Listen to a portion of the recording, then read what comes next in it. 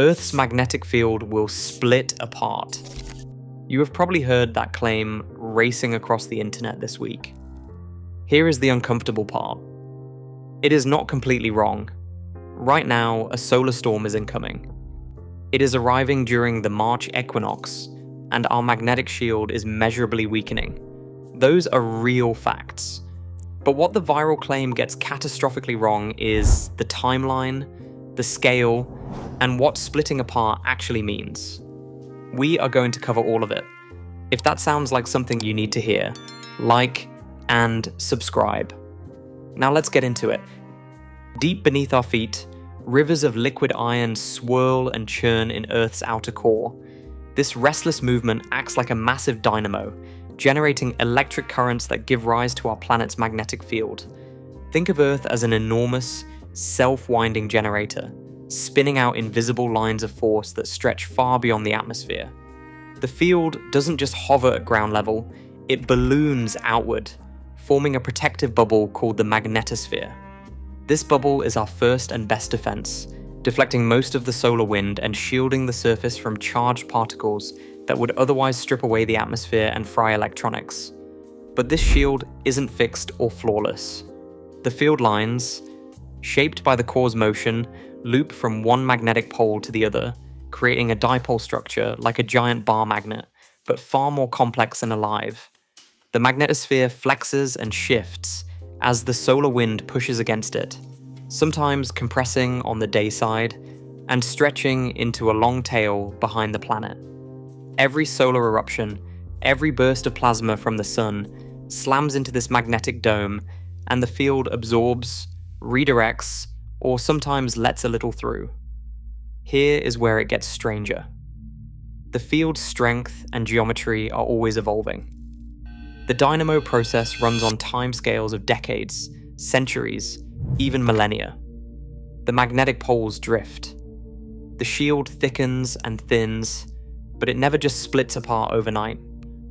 What we are watching is a slow, ongoing dance between Earth's deep interior and the storms raging in space, a dance that determines how much protection stands between us and the chaos of the solar wind.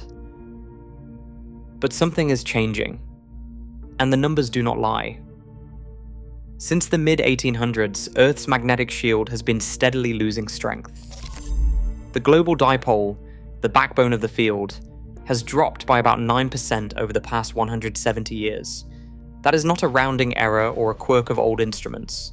It is a trend confirmed by a worldwide network of ground observatories and, in recent decades, by satellites like the European Space Agency Swarm mission. These teams track the field's evolution with precision, using models like the International Geomagnetic Reference Field, IGRF, to stitch together a century and a half of data. Recent IGRF and swarm releases show a decline of about 5 to 6% per century, with error margins tightening as satellite coverage improves. The weakening is not uniform everywhere, but the global dipole signal is unmistakable. A slow fade, not a sudden collapse. Scientists estimate the main field is losing around 45 to 60 nanotesla per year. That may sound small, but over generations it adds up. The field is still strong enough to shield us, but the margin is thinner than it was when the first telegraph lines buzzed to life. This is not the stuff of viral doomsday videos, but it is a real, measured vulnerability that grows with every passing decade.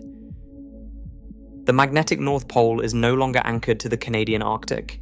Over the past few decades, it has picked up speed, racing across the high latitudes of the globe at nearly 55 kilometers each year, more than 5 times its average pace a century ago.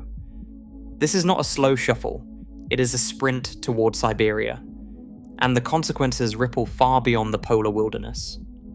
Commercial pilots, surveyors, and even smartphone navigation apps rely on the position of magnetic north to plot courses and calibrate compasses. When the pole moves this quickly, navigational charts and guidance systems can drift out of alignment, creating real-world errors for anyone who depends on a compass, on land, at sea, or in the air. To keep up, scientists update the World Magnetic Model every 5 years, but the pole's acceleration has forced emergency revisions, like the unscheduled 2019 update, just to keep navigation safe. The World Magnetic Model is not just an academic exercise, it is the backbone for everything from military operations to commercial aviation and autonomous vehicles. Every drift of the pole means recalculating flight paths and recalibrating instruments. The field's dynamism is not just a curiosity for geophysicists, it is a moving target with direct impact on daily life and global infrastructure. The planet's magnetic engine never stands still, and human systems have to race to keep pace. Over the South Atlantic, a vast patch of weakened magnetic field stretches from Brazil to southern Africa, marking the most pronounced vulnerability in Earth's shield.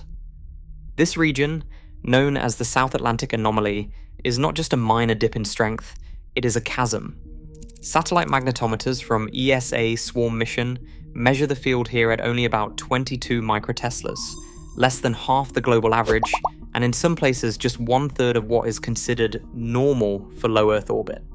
That means the invisible protection against cosmic and solar radiation is thinnest right where commercial jets, satellites, and even the International Space Station pass overhead. The anomaly is not standing still. Over the past decade, its footprint has ballooned by nearly 5 million square kilometers, an area almost half the size of Europe, expanding at a rate of about 450,000 square kilometers each year. The field's weakest point is drifting westward and deepening, driven by shifting flows of liquid iron thousands of kilometers below. Swarm's continuous data show that the anomaly's core is losing strength at more than 3 times the global average. A local drop of nearly 150 nanoteslas per year. The consequences are not theoretical. Satellites crossing the anomaly experience up to 10 times the usual dose of high-energy protons. Operators have logged a 45% rise in single-event upsets, which are glitches in onboard computers, over the last decade. The Hubble Space Telescope, Earth-observing satellites, and even commercial CubeSats routinely shut down sensitive instruments when passing through this zone, just to avoid permanent damage. In the anomaly, the margin for error shrinks to almost nothing. The region acts as a natural laboratory for what happens when the planet's shield thins, more radiation reaches lower altitudes, electronics become unreliable, and every strong solar storm becomes a higher stakes event. The South Atlantic Anomaly is not a sign of the field splitting in two, but it is a warning, one that grows louder as the anomaly expands and the next burst of solar plasma races toward Earth. On March 18, 2026, the Sun fired off a coronal mass ejection, a massive cloud of magnetized plasma, directly toward Earth. The warning from NOAA's Space Weather Prediction Center came quickly, a G2 geomagnetic storm watch that sent alerts through space weather channels and satellite operations rooms around the world. Enlil model projections showed the shock front racing across the solar system, set to arrive just as the March equinox tilted Earth's magnetic shield into its most vulnerable orientation. At 0545 UTC on March 20th, 2026, ACE-E and DSCO-VR satellites, stationed 1 million miles upstream, recorded the moment of impact.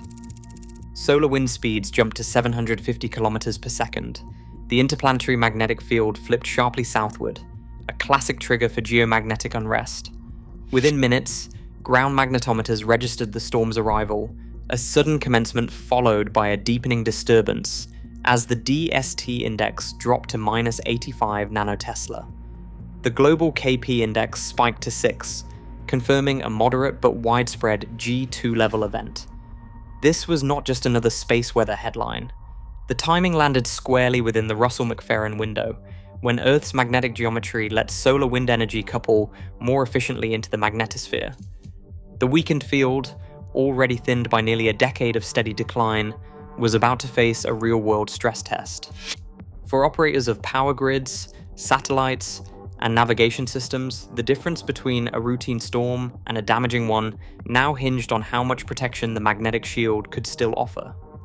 The question was not whether the field would split apart, but whether the margin of safety, already eroded, would hold against the incoming solar assault. History offers a sobering reality check for anyone who thinks Earth's magnetic shield is just an abstract force. In March 1889, telegraph operators across North America and Europe watched their lines erupt with sparks, some so intense they set paper ablaze and shocked workers at their desks. The invisible surge came from a geomagnetic storm, not science fiction, but a real-world jolt that turned wires into fire hazards overnight. A century later, on March 13th, 1989, the entire province of Quebec fell dark. A blast of solar plasma induced currents in the power grid, collapsing transformers and plunging 6 million people into a 9-hour blackout. The cost ran to nearly $1 billion Canadian dollars. Even in the satellite age, the danger has not faded. During the Halloween storms of 2003, more than 20 satellites suffered radiation hits, causing glitches, lost orientation, and scrambled data. Operators rushed to recover, while power grids as far as Sweden flickered and faltered. These are not distant hypotheticals. They are the scars left when a storm breaches the shield, and each episode is a warning. As the magnetic field weakens, the threshold for disaster drops. During the equinox, Earth's magnetic geometry lines up just right, or just wrong. The Russell-mcpherron effect takes hold, letting the interplanetary magnetic field connect more efficiently with our own. When the interplanetary magnetic field points south at the equinox, it is like opening a door for solar energy to pour in, amplifying the impact of any incoming storm. But this is not a one-way street. Grid operators follow strict North American Electric Reliability Corporation protocols, ready to shed load or reroute power if ground currents spike. Satellite controllers do not wait to see what happens. They preemptively switch spacecraft into safe mode, power down sensitive instruments, and refresh navigation models to keep GPS and aviation systems accurate. Every procedure is a calculated move to keep the lights on and keep satellites alive, even as the shield thins. The margin for error is smaller, but the defenses are real, and for now, they are holding. Right now, Earth's invisible shield is thinning. It is about 9% weaker since 1850, with the South Atlantic Anomaly dipping to 1/3 of its normal strength. But the field is not splitting in two.